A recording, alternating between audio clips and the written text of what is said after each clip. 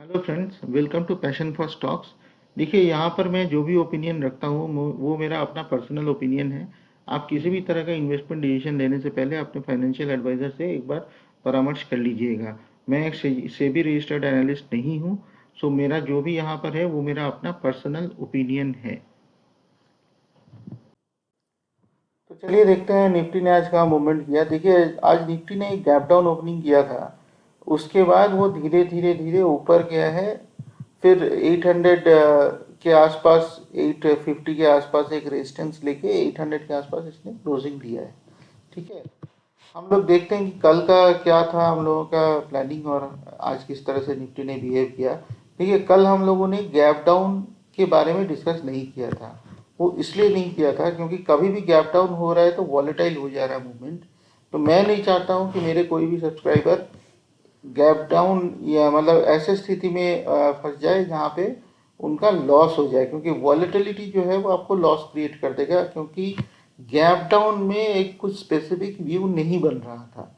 ठीक है, अब अगर हम लोगों ने कल डिस्कस ये किया था कि यहाँ पर अगर फ्लैट खुलता, खुल के एक ऊपर की तरफ एक मूवमेंट करता, एक ट्रेंड लाइन भी आ रहा था, उस ट्रेंड लाइन को कट करता तो हम लोग 913 फर्स्ट लेवल और सेकंड लेवल 16,000 देख सकते थे। बट चूंकि गैप डाउन ही इतना ज़्यादा नीचे ये ओपन हो गया तो ये ऊपर उतना ट्रैवल नहीं कर पाया दिन भर में।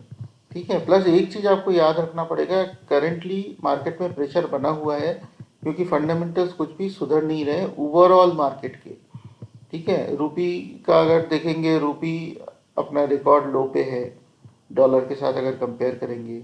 क्रूड शांत होने का नाम नहीं ले रहा है, 112 113 पे चल रहा है। रशिया यूक्रेन का वार कहीं ख़त्म होने का नाम नहीं ले रहा है। तो एक अनसर्टेनिटी बना हुआ है मार्केट में, इसीलिए किसी भी तरह क्लियर डायरेक्शन नहीं है मार्केट में। ठीक है, तो हम लोग कल के लिए अगर देखें, देखिए 790 का हम लोग का एक यहाँ पे लेवल था, तो उसके ऊपर लगभग 800 के आसपास इसने क्लोजिंग दिया है।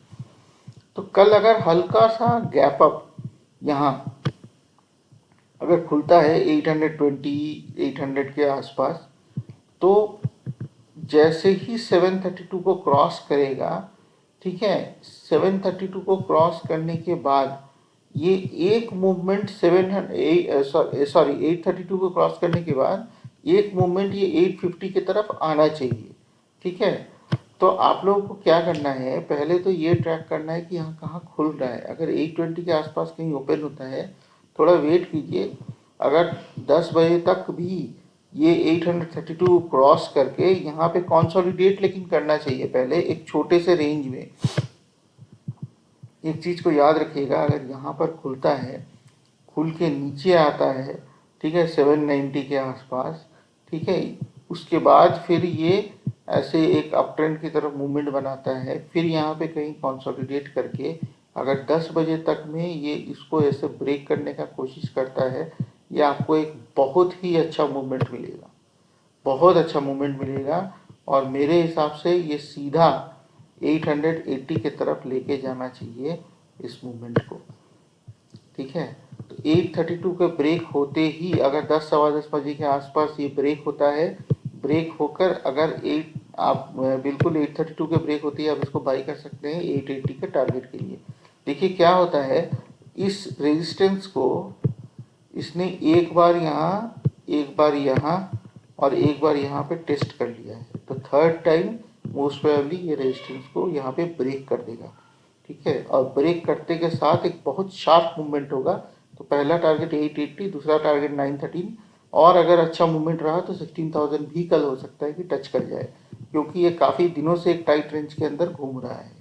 ठीक है, लेकिन एक चीज़ याद रखिएगा, ये इस रेंज के अंदर ही ऐसे कंसोलिडेट होना चाहिए 10 बजे तक। ठीक है, या सुबह ही पहला या दूसरे कैंडल में ही 5 मिनट के पहले या दूसरे कैंडल में ही इसको ब्रेक कर देना चाहिए, तभी ये मूवमेंट होगा। 790 के नीचे जाके अगर यहाँ से इतना दूर से अगर घूम के आ रहा है तो इतना दूर तक का ट्रैवल ये नहीं कर पाएगा, जो अभी करंट सिचुएशन है। प्लस कल एक्सपायरी भी है। ठीक है, तो एक्सपायरी में क्या होता है कि लोग अपने पोजीशंस को सेटल करते हैं। ठीक है, कॉल जो है वो सेटल करेगा, पुट वाले पुट जो सेल करके बैठे हैं वो उसको सेटल करेंगे, तो वैसे भी थोड़ा वॉलेटिलिटी रहेगा कल।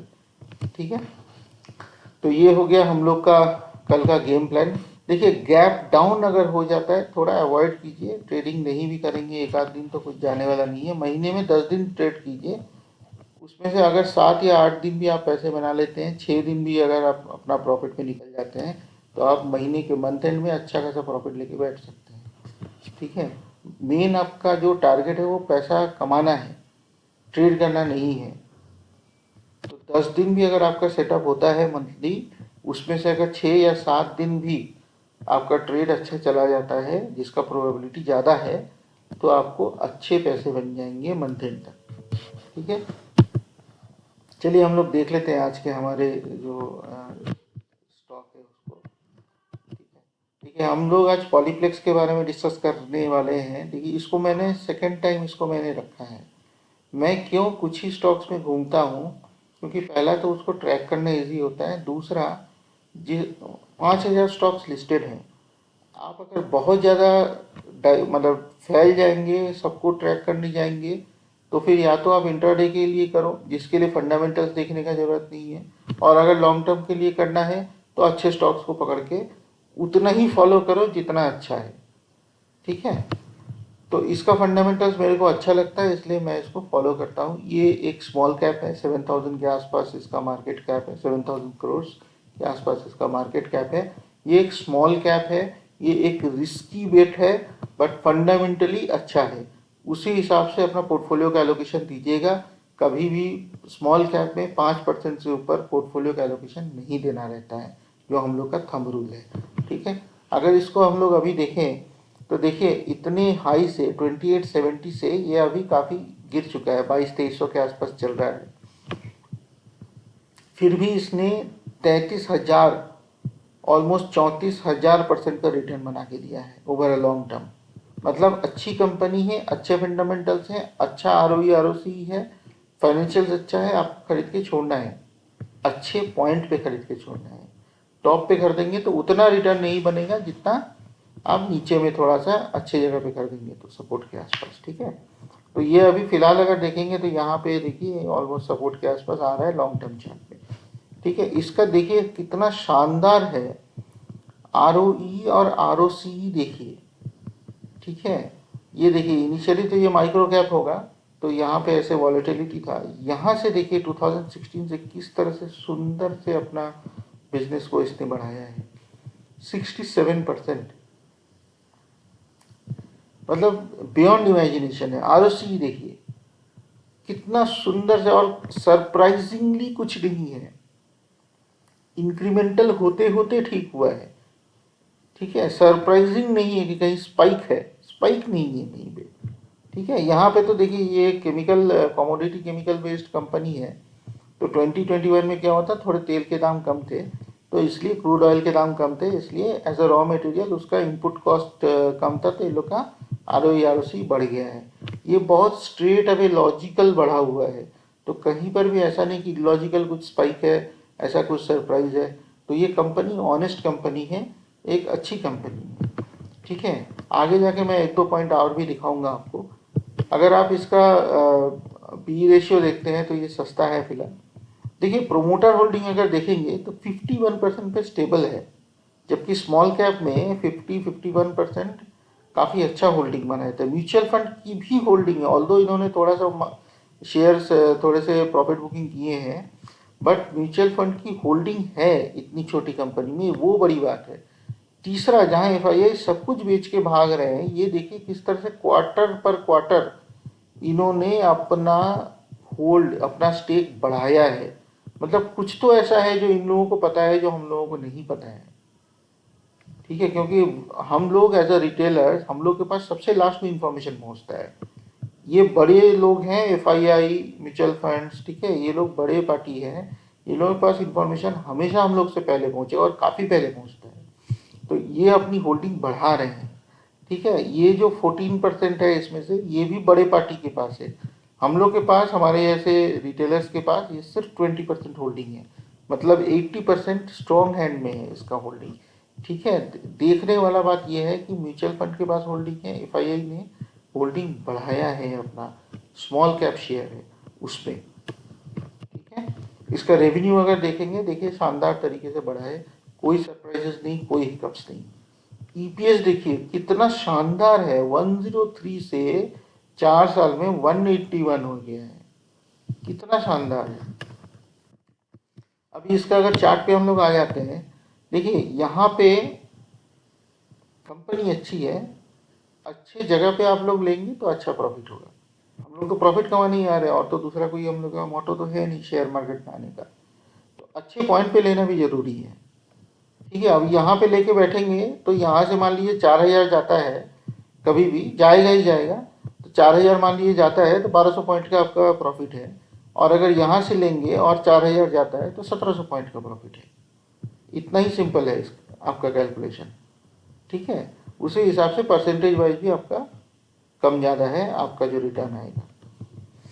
तो एनीवेज अगर हम लोग यहाँ पर देखेंगे तो देखिए यहाँ पर एक अच्छा इसने बेस बना के, ठीक है, काफ़ी दिन का बेस बना के, 5-6 दिन का बेस बना के इसने यहाँ पे कंसोलिडेट करके फिर ये ऊपर का जर्नी कर रहा है। बट देखने वाला बात ये है कि ये देखिए यहाँ पे ये लोअर लोज बना रहा है। ठीक है।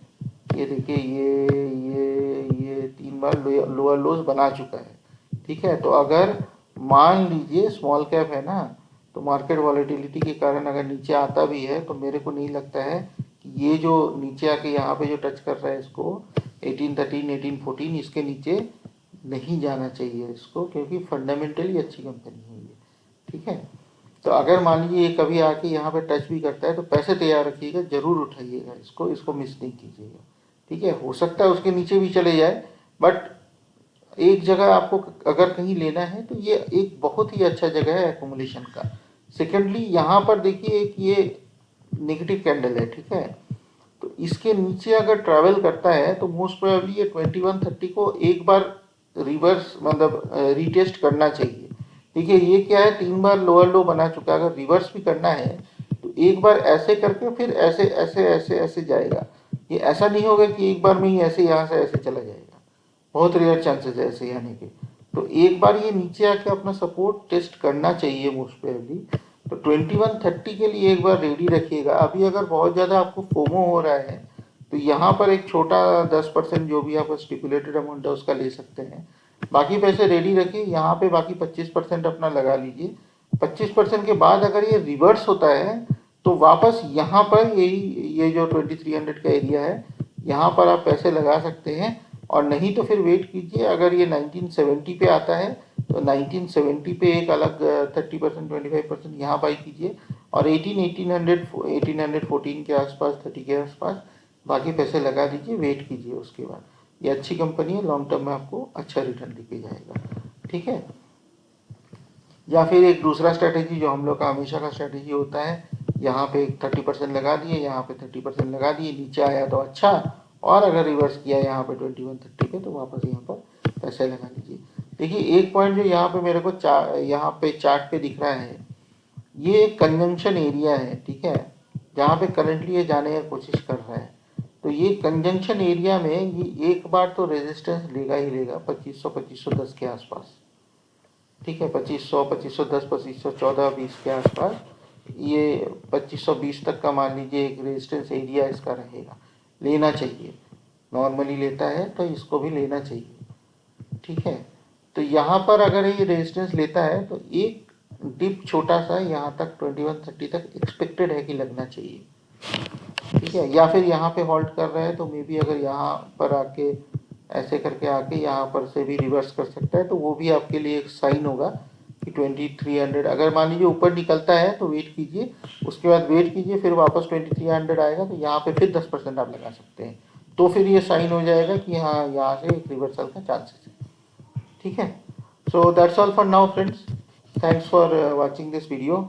होप मेरा जितना भी एफर्ट है आपको अच्छा लग रहा होगा, कुछ आप फ़ायदा उठा रहे होंगे इससे। तो मैं देखिए अच्छे स्टॉक्स ही लाता हूँ, मैं कोशिश करता हूँ जितना जेन्युइन हो सके अपना एफर्ट करता हूँ। और संडे में मेरे मेरे नज़र में एक सेक्टर है जो बहुत अच्छा परफॉर्म कर सकता है अगले 2 या 3 साल के लिए। ठीक है, जिसमें आपका बहुत क्विक पैसा बन सकता है। तो संडे में मैं कोशिश करूँगा कि उस पे एक बहुत ज़्यादा फाइनेंशियल्स में नहीं जाएंगे, खाली उसका जो क्विक रिव्यू है वो एक बार कर लेंगे। 6-7 शेयर्स हैं जो मेरे नज़र पे हैं, उस 6-7 शेयर्स का एक क्विक रिव्यू कर लेंगे फाइनेंशियल्स का, और अकॉर्डिंगली अच्छे शेयर्स ही दिखाऊंगा, और अकॉर्डिंगली उसका जो चार्ट पे जो एक्शन बन रहा है वो मैं दिखाऊंगा और डिस्कस करूंगा कि कहाँ पे आप थोड़ा थोड़ा स्टेक लेके फॉर नेक्स्ट 2 to 3 years आप इसको बाई कर सकते हैं, क्योंकि ये सेक्टर मेरे को लग रहा है काफ़ी 2-3 साल में अच्छा आपको मतलब 3 या 4 4x भी आपको रिटर्न दे सकता है। तो that's all for now friends, thanks for watching this video. थोड़ा अगर आपको मेरा एफर्ट अच्छा लग रहा हो तो लाइक कर दीजिएगा, शेयर कर दीजिएगा, सब्सक्राइब कर दीजिएगा। Thank you.